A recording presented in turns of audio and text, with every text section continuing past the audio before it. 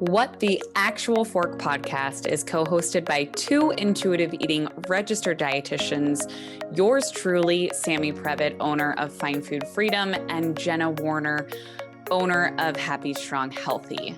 We can't stand diet culture bullshit and love keeping it real. Our mission is for all humans to believe that they are made for so much more than chasing a smaller body. We are also here to share with you that food can be fun and pleasurable again. Although we are medical professionals, we are human too. We are not afraid to share our deepest, darkest secrets and how years of our lives were taken by diet culture. We started this podcast so no human has to feel alone in their journey towards food freedom. So get comfy and join us for a casual convo where you can expect to laugh, cry, learn, and grow. Good morning, everybody. Welcome back to another episode of What the Actual Fork podcast. This is our first time ever recording in the morning. And dare I say, I kind of like it. I was just going to say, like, the coffee is fresh. Like, we have just came out of a meal. The kids are not screaming. They're sleeping. Like, there's a lot of positives to this morning recording session.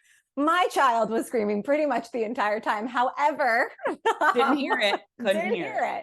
I heard it, but that's okay. I heard him. Yeah, I heard him twice bang on the door of my office, which thank God I have a door now saying, "Mommy, hi." Then the babysitter swooped him right up. When did you guys put a door in? You haven't always had a door, right? No, we put up a wall and a door, it's honestly been life-changing because I do not think I could have survived the working with a toddler without the door. So I was going to say, we put a door in before Sienna was born on the office, and I can't even imagine trying to work without one. He just bangs on it now. It's hilarious. But wait, so you were talking about how like your morning's been calm so far. And I said before we hit record here that I've already had my What the Actual Fork moment of the day. So I'm just going to tell you what mine is and then you can tell me yours. Okay. I'm excited. So this morning, my day, started out great. And this is kind of gross. It has nothing to do with nutrition, guys. So I'm just like putting it out there that this is what being a mom in the morning is of a toddler. So I woke up at 4:30 because that was my only chance to go to the gym at 5. I took a 5 o'clock class. So I'm just painting the picture for you that by 6 a.m., I'm home. I'm going to hop in the shower. I hear him. He's awake. So I know that the morning might be like a little bit rocky. Don't know how rocky it's going to be. So my husband's not home. I then, try and shower as quick as possible, get myself ready to go in, get him up for the day. Wakes up with like a gigantic poop. And I'm like, you know what? This is fine. We're getting the poop out of the way already. Like all is well. The kid, I hope he's okay. Proceeds to then go to the bathroom again. Once we go downstairs and I have his breakfast in front of him, and I'm wearing a white sweater. As you can see now, I'm wearing a black sweater. And he must have gone to the bathroom again, stuck his hands down his pants, smeared poo everywhere, comes up to me, didn't know it, smears it all over me, and I still don't know it. And I'm like, Noah, what is that smell? And I like look down and there is literal shit all over me and him. And he's wearing his favorite Spider-Man pajamas that I then need to take off of him. And it was literally like I told him, I don't know, the worst thing in the entire world, like the amount of screaming that came out of this small little body. So long story short, like we recover, we're going, and I'm like, we need to get some fresh air and reset for the day. And I have my mom's dog with me too. So I have 2 dogs and Noah, and Matt pulls up. He's all happy. He's like coming home from the gym. And I was like, do not talk to us. We need fresh air, right? Like Jerome walked away, 2 dogs, baby. Noah brought all of his things with him outside. It's freezing too. And he's like, Mommy, my hands are cold. And I was like, oh my God. But anyways, then it led us right into this recording. So by 9 a.m., I've already done laundry and we've already finished recording a podcast. You're super mom. I hope you know that. Once you have shit smeared all over you, that just, I think, well, before that you were super mom, but holy shit, literally, pun intended on that one. I literally was like, wow, like if this is the day, it's only going up from here. Like it can't, it literally can't get worse. I shouldn't say that. But anyways, how about you? It's day 4 of daycare. And last night, all through the night on the monitor, all we hear is, and then this morning she's just like straight up, like, so in the mornings we're still breastfeeding. Like you could easily confuse Sienna for Biggs. She's like just like can't breathe, like snorting, no fever. So still sent her because I'm like, well, you got this shit from daycare. And it makes sense like why they all get sick, because unless they have a fever, people are still sending their kid. I literally had this conversation with somebody this morning. Yes. So yeah. It's probably RSV, I would assume at this point with how the world is, but we lick the same things. Yes, and all she does is put her hands in her mouth, right, and they're just touching all over each other. Right. We knew this was going to happen, but it's like it's funny. a rite of passage. It's day 4. And I didn't want to tell you this, but day 1, no, I got a double ear infection. I mean, well, we had COVID last week, so it's like that made me feel a little at peace. And I'm like, all right, you already rocked your first virus, you're feeling good, but you knew it was going to happen. So. But I'm sorry. I mean, she's good right now. They sent a picture of her sleeping already, like through the thing. I'm like, okay, like, but we'll see. So we already did the snot sucker this morning with saline, I hope. With saline this time. Got a big ass boogie out of there, so that was exciting. So snot and diarrhea are our mornings right now. Yes. Great. I guess I'll take it. To lead it into what the actual fork moment with diet culture. It's not a big one, just a little one, but I feel like so many people can relate. Got my nails done like for the first time pretty much since I've been postpartum. And the nail salon. I know you shared many TikToks on the nail salon. You just hear things. Everything. You just hear it. So I had People don't know how to not say things in the nail salon. Correct. So I had my head down the whole time. I was deep into my Kindle. I'm just on a Colleen Hoover rampage right now. What are you reading? I already finished the sequels I already started. So now I'm on November 9. Have you read that, or November 9th? It's so good. I'm almost done, but it ends with us. It starts with us. Fabulous. Love it. I know are you still reading those right now? I am waiting for It Starts With Us to arrive today, actually. Okay, perfect. I cannot wait. So good. So good. My book club is discussing next week. So anyways, the ladies on my street were in a book club. So fun times. But nail salon, let's bring it back. I just hear out of like the corner of my ear as I'm reading, saying like, well, it's just such a waste of calories. Like, I'm not going to waste my calories on that. And I don't even know what she's talking about. I don't even know, but I just start giggling and I'm just like, ugh, like whatever she's talking about. Like, if you do want it, it's not a waste of calories. Like, calories are energy and we're allowed to enjoy food. But I like forget, I just don't leave my house a lot. And I'm like, this is why I don't leave my house. Like, it's everywhere.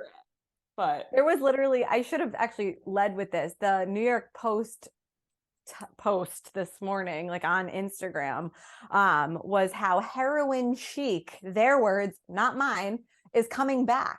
It's like the look of the 90s when like everybody looked like they were on drugs because they I'm like, what does that mean? I was waiting for you to explain. I'm like, sorry, it's like should we all do heroin now? Is like, that what you're saying? The Kate Moss era of like, that was like my childhood. So I'm aging myself right now, but like early mid 90s, like the supermodels all looked the same way, right? And they named that heroin chic back then. And the Post put out this terrible article this morning, and whatever. Anyways, it was a terrible article with the Kardashians, of course, on the front. And it's basically said like, booties are out, heroin chic is back. And it's like, how do we not realize how damaging not only this language is, but this discussion and this topic? Like, what message is that sending? And when we go into this episode that was so amazing today, like we talked so much about intention. What is the intention of this writer with sharing that article? Like, who is it helping? Well, again, I think it just shines light on how disordered people are, right? I mean, and the same thing with the woman at the nail salon. Like, I go through all the emotions of feeling pissed, being annoyed, but then it always comes back to empathy of like, if someone's going to say that, it just speaks volumes to their relationship with food, their relationship with their body. And it's just like, it comes back to being angry at diet culture, I think, right? Like not being angry at the people. Although like when you have a platform like that with the Post, like, yeah, come on. But it's everywhere. That's so crazy. But on a much more positive and beautiful note, I mean, today's episode was just the ultimate of inspiration. Our guest, shall I introduce her? Yes, please do. Our guest, Miss Brittani Lancaster, who is, as Sam describes her in this episode, a TikTok celebrity, truly. She is just the most positive ray of shining light and has been sharing her journey on TikTok for 3 years, and her journey has evolved beautifully. And I'm going to read her bio quickly, and then we'll chat just a little bit more about what we talked about today. But Brittani Lancaster is a body confidence and self-love influencer who gained a following through viral TikTok videos about her eating disorder recovery. Her entire brand revolves around her motto that balance is key.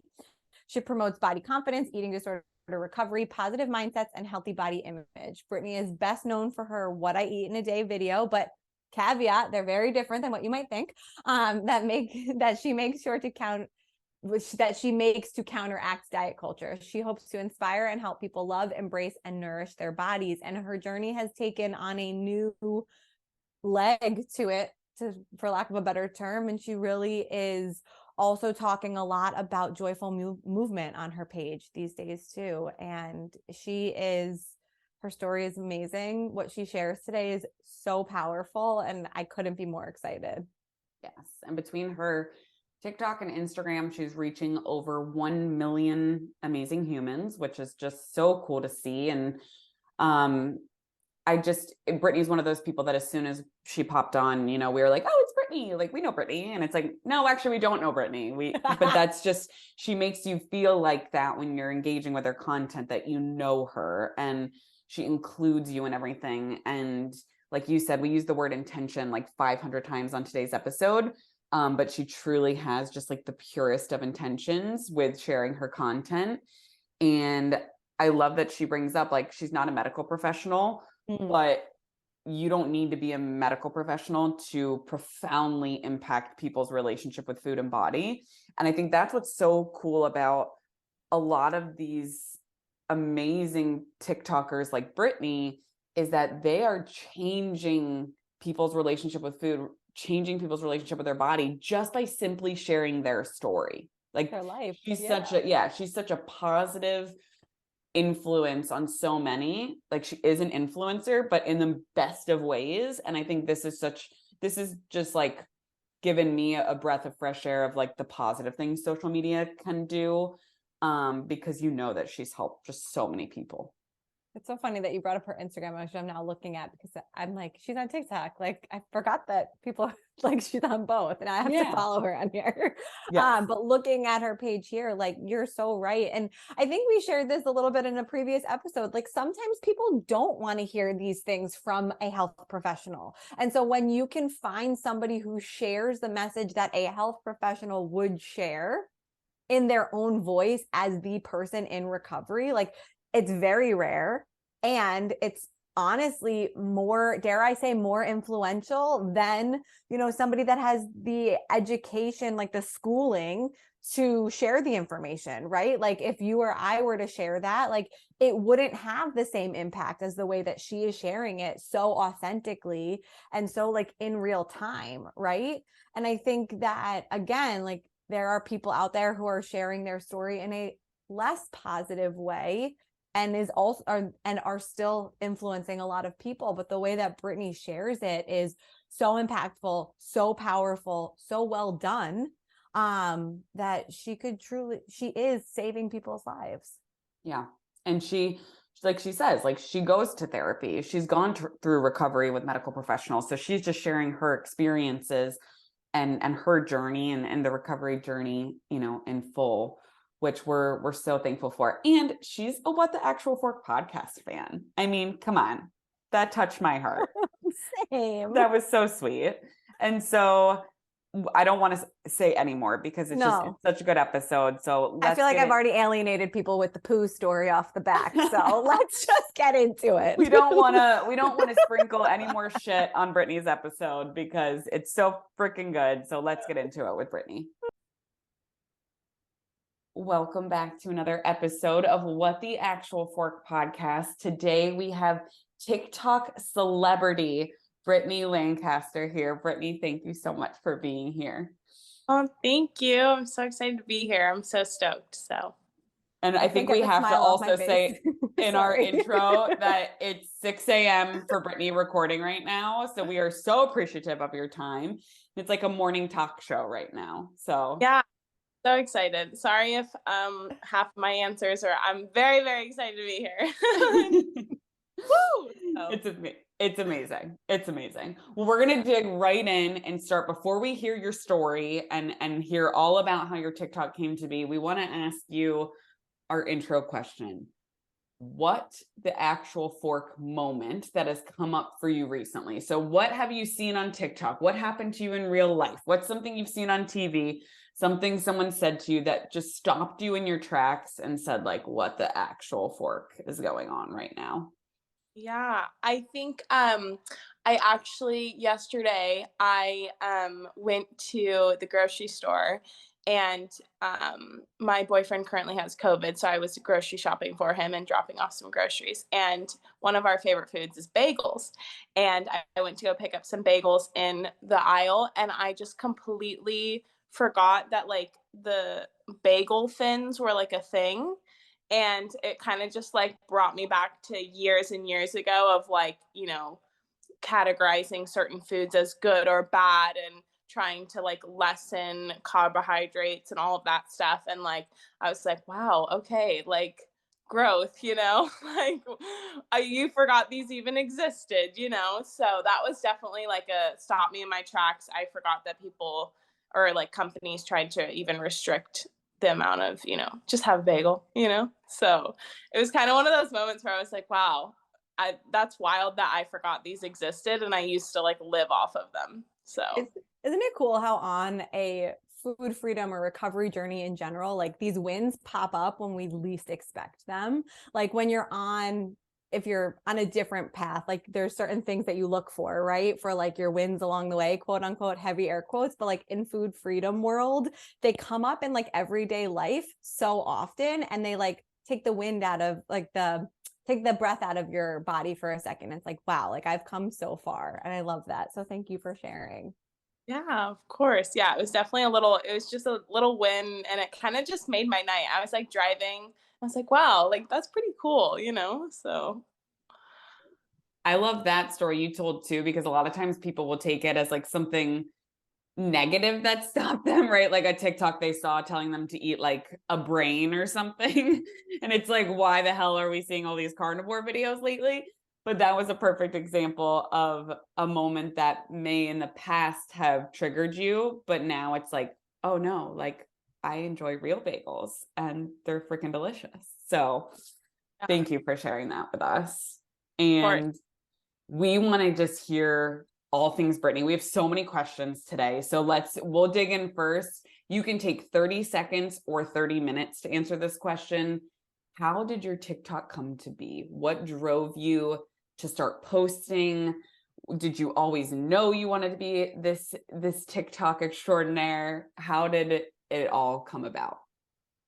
So TikTok was the most unexpected thing that has truly ever happened to me, and I like truly do mean that. I started TikTok my senior year of college, and now I'm 25. So I was 22 when I started TikTok, and I downloaded the app when you know, kind of it was a dance app at the time. Like that's how I downloaded TikTok as, and my senior year of college, I was in a sorority. So we had like our winter formal, and my winter formal landed on the same day of me being 3.5 years into eating disorder recovery. And so at the time, there was this sound, like this announcer sound with the Dougie also combined that you would like walk out and like do the Dougie.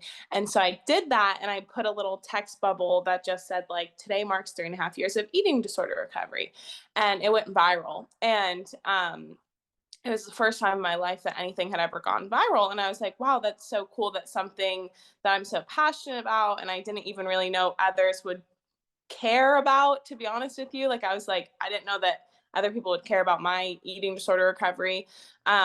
would be something that touched people. So then I started posting what eat in a days, and that's when the following really started. Like they just kind of blew up. And I think I know that what eat in a days are pretty controversial on TikTok now, but I think at the time it was definitely something that people, I think, had just never seen a what eat in a day like mine, and they had always seen what eat in a days that made them feel bad about themselves or seemed super restrictive or seemed super unrealistic, or just like, how do you enjoy food, like and mine were very different from that because I'm an intuitive eater. And so started posting what eat in a days, and that's when the following really grew. And now I've been doing it for 3 years now. I've been doing TikTok, and I've been in recovery for over 6 years. So it's just been the craziest, most beautiful journey. And there's been, a lot of different chapters of it. But yeah, that's kind of how I got my start. It's amazing. First of all, thank you so much for sharing that. I think the app was called Musically at one point. Was that when you downloaded it? I was like right after that. Yeah, I think Jenna, I was maybe like right after it also changed, but it was so close to that point. Right, because everybody was dancing, and I remember that Dougie song. Like it brings Yeah. me back to those days too, early COVID. But thank you so much for sharing that, and it brings up one of the questions that I had, and you've shared this so beautifully in so many different videos on your page. You talk about this phase of recovery, and I'm using air quotes because I think that can mean something different to everybody in recovery. But when you talk about this current phase of recovery you're in, can you share a little bit more about what that means? Yeah, I think right now I just feel like a lot of peace in recovery. That's like the best way that I can explain it. I think a lot of times when people first start recovery, I get this question all the time of like, how do you start? Like, why isn't this okay yet? Like, why don't I feel comfortable with food yet? And like, why isn't it safe for me to start introducing movement back into my life? Like things like that. And it sounds super sappy, but I really feel like, of course, you need eating disorder recovery tools, but also like time heals so much. And I often think about like all the damage that I did to my body. Like, of course, it's going to take years and years to heal all of the damage that it went through. And even like it took probably a good 2 years for my hair to come back. Like it takes a long time to heal your body. And so that's kind of how I would explain. I've been in recovery for over 6 years now, and I just feel a lot of peace in my life. I feel a lot of peace with food. I feel a lot of peace with socializing. Like I have so much fun. I remember going out to eat used to be such a big fear of mine, and having like going to happy hours and different things like that. And I just feel so at peace with those things. Also, I've been able to start introducing movement back into my body, just like different things like that, where I would explain this phase of my life and of recovery of just like very peaceful. So yeah. That's such an amazing word, peace, right? Like that's what we're all looking for. And when we think about dieting and restricting and how it's like the complete opposite of peace, it's just total chaos in our brains. So on that note, I know you've been on the app for 3 years, and so people have seen you for 3 years, right? And you just posted not too long ago a video that I was so grateful that you were addressing this. And I can only imagine how hard it is when you're in a spotlight, right? Where you're talking to a video and people or a camera, and people are seeing your body. Obviously, through recovery, bodies change. Bodies are meant to change, and bodies are going to change. Our bodies will continue to change throughout our entire life. But you talk about this phase of recovery, how I'm going to use air quotes, like growing into a smaller body, and how I'm sure there were times on your recovery journey that you were in a larger body that you're in now. And that was also beneficial for recovery. So if you don't mind, just in case whoever's listening to this hasn't seen that video, how you kind of addressed your body changing throughout recovery, and how that was an unintentional weight loss, and just really what was going on throughout your recovery with your body changing.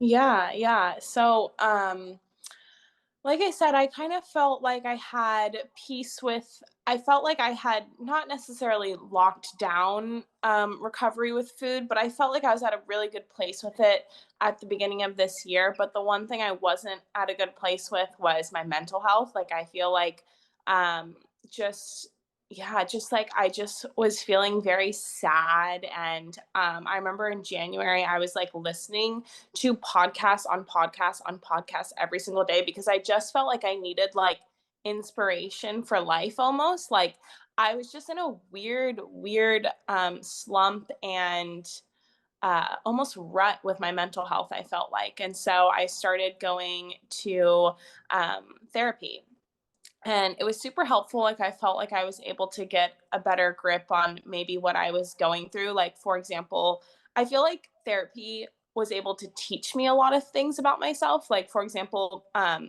was feeling very overwhelmed as well in January, and my therapist was like, have you ever considered that you are an introvert, yet you're 9 to 5 in marketing, and you talking to like hundreds of thousands of people on TikTok with your passion, job, those both require you to be extremely extroverted. And I was like, wow, I've never thought about that. Maybe that's why I feel like constantly burnt out and tired, and like my social battery isn't fueled.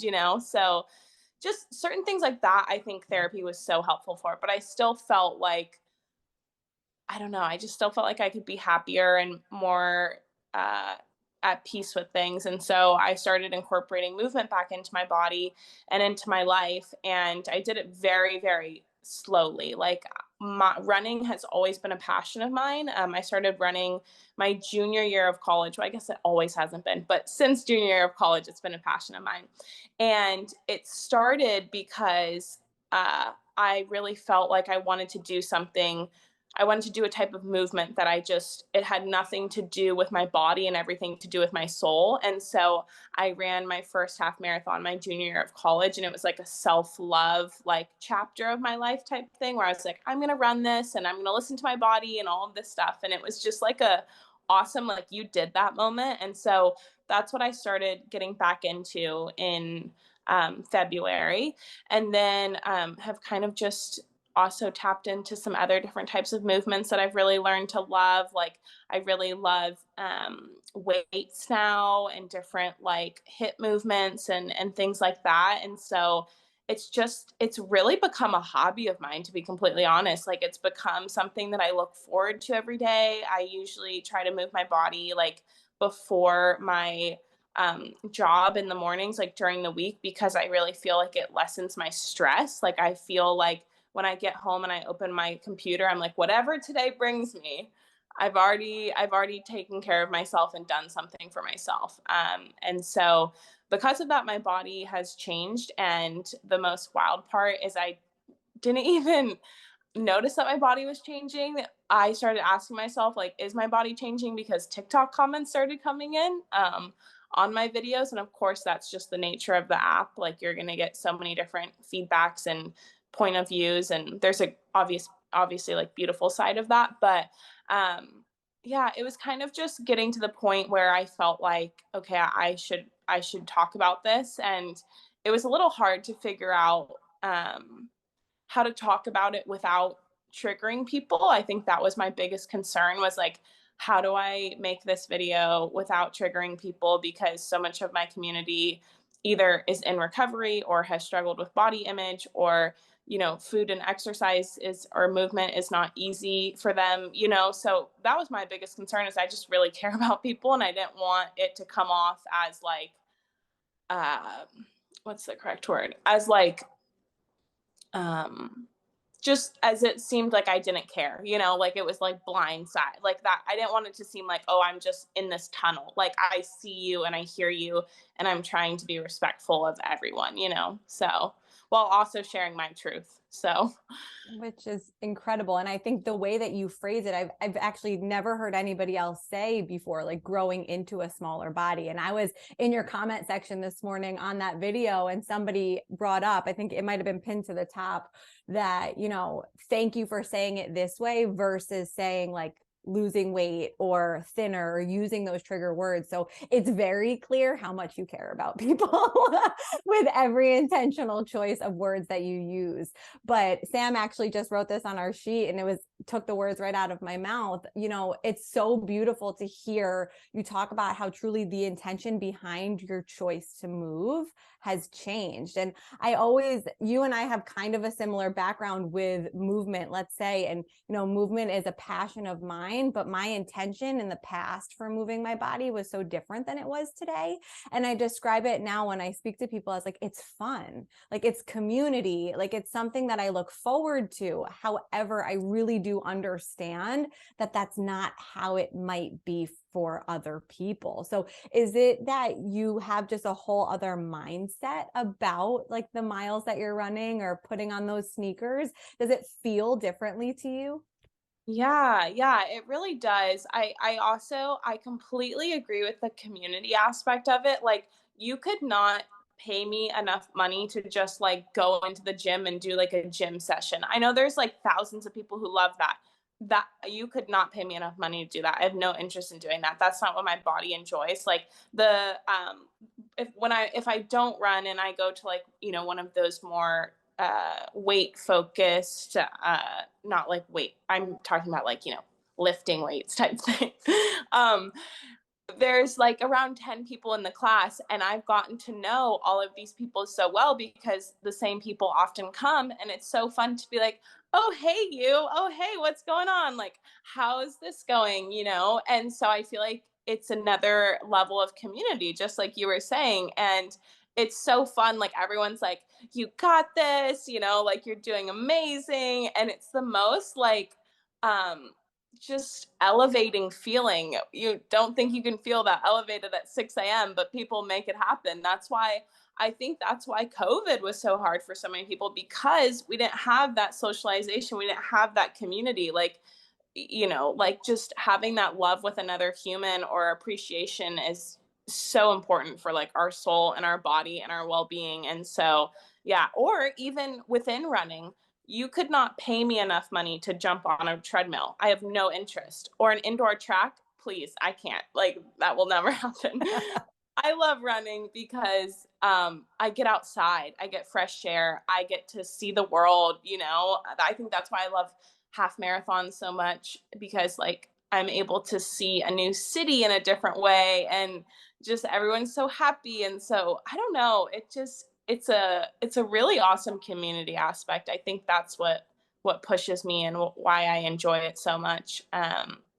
And I also feel like even just another element I was thinking of, I know this was like a previous question, but when we were talking about all the different peace aspects, I also feel like I've never felt more at peace with just like my face, like, and my body image. And I feel like when I was younger, I used to always look in the mirror and be like, that, you know, like look at my face and be like, oh, like you're cute, or this could be better, or you know, you're all right, whatever. And I'm just like, okay, we're great, you know, like we're doing this. You have this face, you have this body, and you're just gonna rock it and feel good about yourself. And so there's been so many different like pieces. I feel like recovery is kind of like an onion. Like you have to peel back one layer at a time, and you can't peel back the next layer until you're ready to peel that back. So Thank you so much for sharing all of that with us. And I think everything that you put out there on TikTok, it's so evident that you are speaking your truth and that you're coming from the purest of intentions of just wanting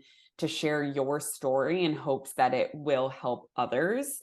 And that is so helpful to people in recovery. Like, and I'm sure you know that by reading your, you know, your comment section and all of the feedback that you get. And so not only has the intention behind your movement changed, but even when we open this episode, you know, your What I Eat in the Day videos, the intention of you normalizing eating a bagel versus a bagel thin, right? Like that is so helpful to people versus the What I Eat in a Day videos that we see that are like, here's how you can eat less than X calories per day. And like, absolutely not. yeah. So your intention behind everything that you put out there is just so pure and so amazing, and that shines through. So I just have a question that is not on our sheet that Jenna and I prepped. So Jenna's gonna be like, what? But I thought about it as you just said, how you feel like, your relationship with your image and your body and all of these things have changed. And I feel like, Jenna and I are in our 30s, and I feel like this like older sister mentality towards you, because I feel like I've watched you grow up on TikTok, and you have a boyfriend now, and you guys look so freaking happy. And I remember watching your TikToks when you'd be like, I have a date tonight, or like, going through those transitions. And something that, again, when we look at intuitive eating, it's not just eating, right? It's like intuitive living, and it does affect all these other areas of our life. So how has it been going into dating and now finding a boyfriend that you are so clearly like happy with, and you're yourself now, right? And you're confident in who you are. Like, how has intuitive eating, how has it impacted your dating and your relationship with your boyfriend? Yeah. Honestly, yeah, he's amazing. It's been awesome to like find love in such a beautiful, like pure form. And also I've been, this is like my first serious relationship, and I'm 25. And I feel like more people need to hear that. I think like so many people think they're alone if they haven't had like a serious boyfriend in their early or mid 20s or late 20s or whatever. And it's like, I really do feel like, um, things are meant to be when they're meant to be, and so it's like just be patient. And also I'm very happy. I feel like I really I kind of always had this gut feeling that like the right person would come into my life when it was meant to. And so for the time being, like just really dive and invest in yourself. And I'm so happy I did that, because it's not worth just like spending time just waiting. Like live your life. But within a relationship, I really do feel like it's been so fun to figure out how to like walk recovery within a relationship as well, like you were saying, because I'll give you a great example. The other weekend we had two house parties to go to, and we went to both of these house parties, and they had some really beautiful appetizers and different little snacky things. But after the parties I still felt like, oh my goodness, I'm hungry. Like I'm almost like hangry right now, because all I've had is I've been kind of picking at different foods and trying to conversate with people and having a couple 21 plus beverages, and I was like, I need food. So we went home, and I was like, we need to like order food, because well, I need to order food. Whether you would like any, that's on you.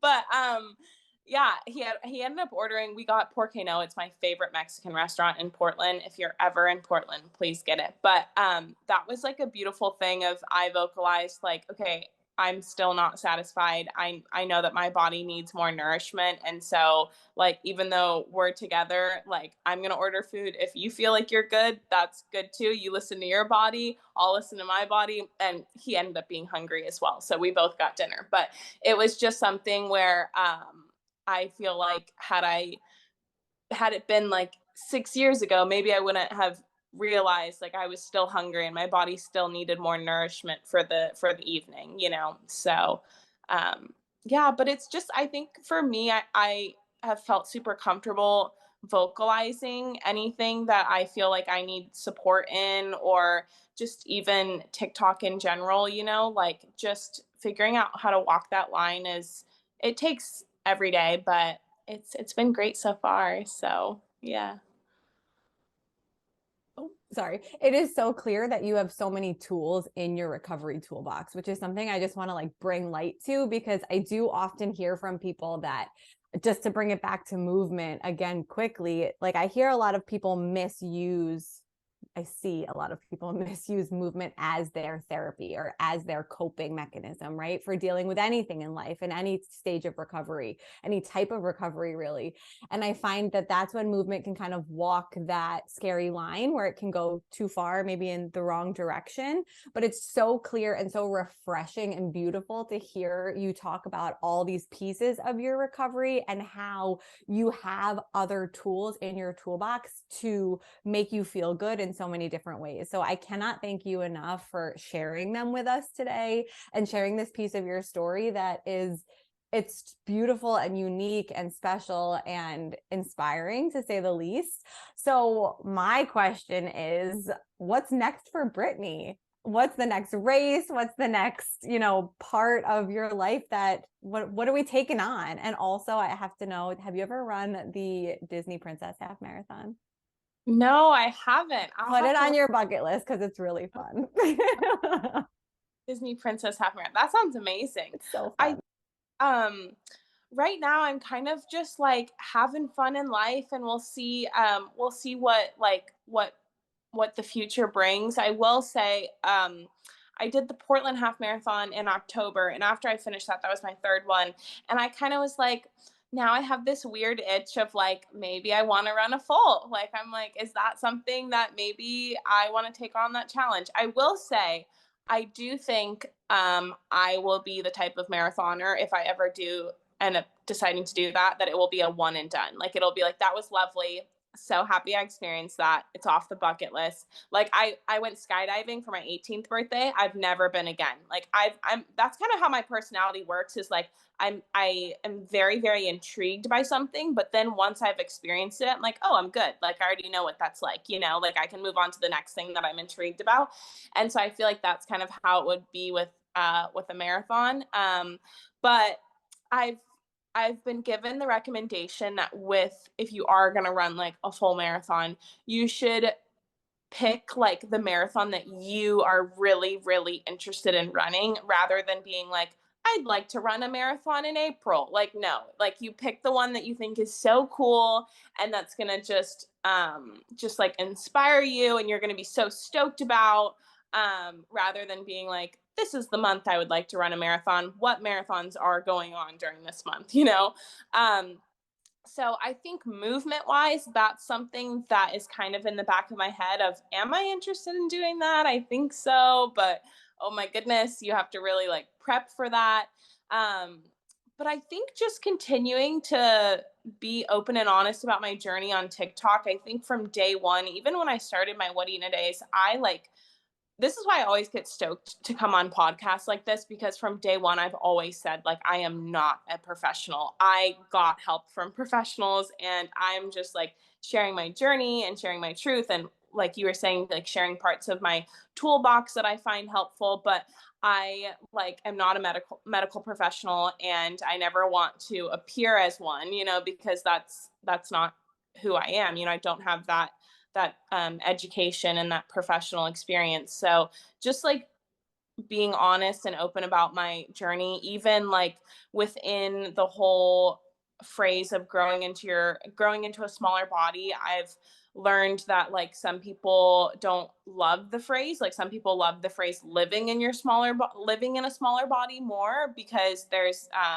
I think some different viewpoints with the word growing, which, like, again, it's all I feel like I'm just learning to take every single viewpoint into consideration as best as possible. So yeah, again, trying to share my journey without triggering anybody, and like walking that fine line of still sharing my truth. And so it's just kind of like we're on a journey right now, and gonna get through it as best as I can. And I'm having fun. So That's a beautiful point you brought up too, of like, you're doing the best you can, right? When you share things, but no matter what we say, and when I say we, like all three of us are on TikTok, right, or on social media, and like what might be helpful to one person could be triggering to another, right? And everyone in your community is, not everyone, but the majority are, let's say, on a recovery journey. And as you know, like in the beginning of recovery, when you may have saw something, it could have triggered you, versus now it might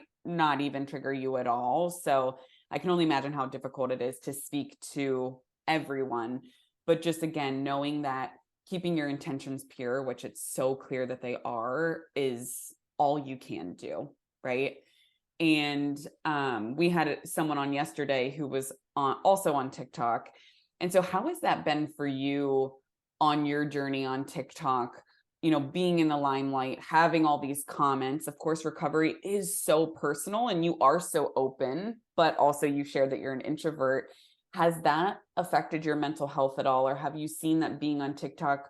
Obviously, we've seen the positive things that it's brought you on your recovery journey. But has there been any points along the way where you're like, ooh, maybe I need to like take a step back here, or this is affecting me in a way that might not be helping my journey? Yeah, yeah. I definitely have had moments of that. Actually, in January, when I was kind of having my um like, I felt like I was in a rut and just kind of struggling with my mental health a little bit, I took a whole month off of social media, and not even just like off of posting on social media. Like, I deleted the apps from my phone and did a whole social media cleanse for 4 weeks, because I just felt like it was I just think I was putting so much of my soul into it that I kind of recognized, like, whoa, we need to take a step back. Like, we need to kind of also, I was struggling so much that I was like, if I'm struggling so much in my real life, I don't know what I'm going to project onto the internet right now. So I need to just reel it on back and like take care of myself. And then once I feel like I'm at a good place, then, I'll go back online. But just as you were mentioning, every single person who has a TikTok account or an Instagram account or whatever it may be, you're going to get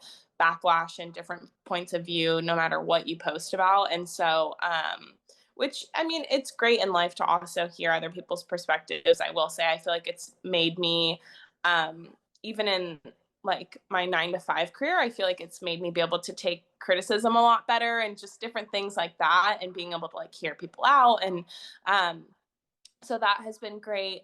But I will say there's definitely moments, even when I decided to make the video that we were talking about earlier, I decided to make it because there was just comments on comments on comments that were like flooding in, that were almost a little triggering to myself. Like, I felt like I hadn't been triggered like that in years. And it was something where I was like, oh my goodness, okay, I need to kind of make this boundary without coming off defensive or coming off as like, why would you guys comment this? Like, of course I know that it was coming from a good intention, and like care and concern, but it was just something where I almost felt triggered, and I had to take a step back and be like, okay, do you feel ready to talk about this?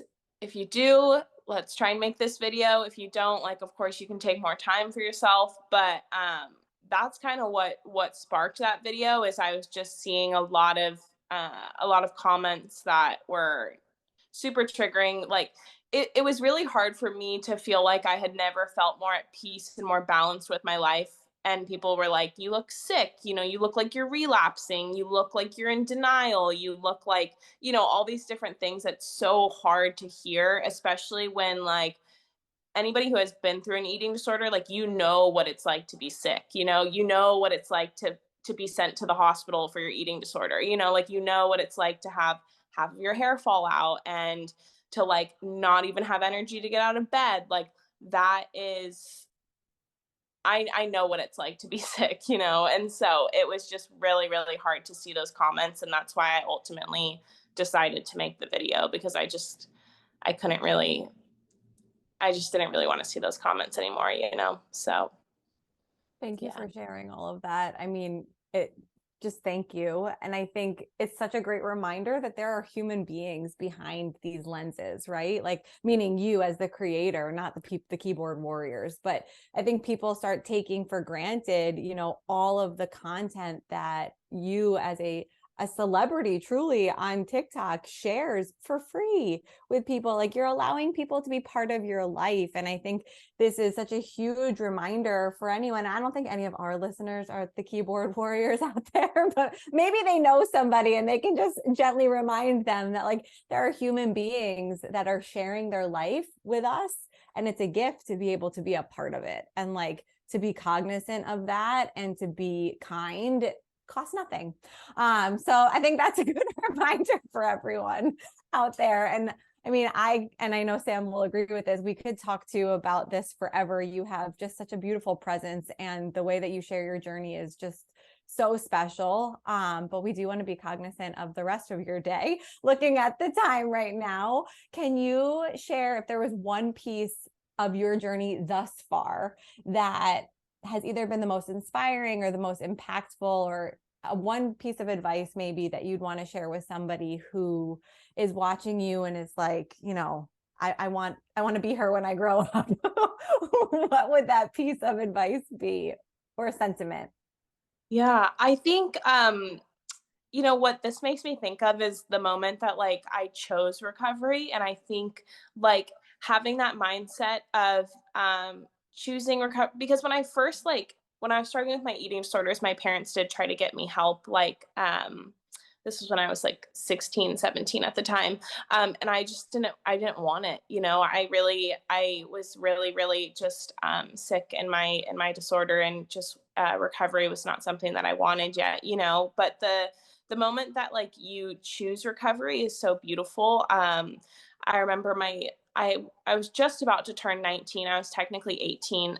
But my parents took my brother and I to Europe for the first time, and we were gone for like almost 2 weeks, I believe. And the whole 2 weeks I was extremely miserable. You know, I wasn't enjoying any of the incredible food that Europe has to offer, and, you know, like all the yummy pizza and the gelato. And I was just making myself so miserable. And on the last day of my trip, we were in Croatia, and we were swimming in the sea, me and my brother, and I was sitting on this rock, and I like looked out, and it was one of those moments where all you can see for miles and miles and miles is water. Like you cannot see any other piece of land. And it really hit me in a weird way, how insignificant my life is to this planet, because when you think we're this one body of millions and billions of people. And it really hit me of like, why am I spending so much of this like precious life, that there's billions of people on this planet and I have like all of these amazing opportunities, instead of like embracing that, I'm just stuck here in my mind. I'm stuck here in my mind, disliking my body, disliking myself, not disliking, you know, food, and not allowing myself to just enjoy life's moments. And in a weird way, it really hit me of like, okay, wow, I want to choose recovery. And so I think if anybody out there was struggling to like find their reason why, or to find their choice in recovery, it's just remembering like what we're here for, you know, and what do you want to experience out of life. And of course, you know, there's disorders involved. So of course, you know, getting professional help, it's not just going to change the next day. You know, I wasn't just healed the next day, but at least I had my purpose and my reason as to why that I could fall back on, like when times got hard, and when I did have hard times in recovery, I could look back on and be like, okay, wait, no, this is my purpose. Like, this is why I chose recovery. This is why I wanted to get better. So yeah.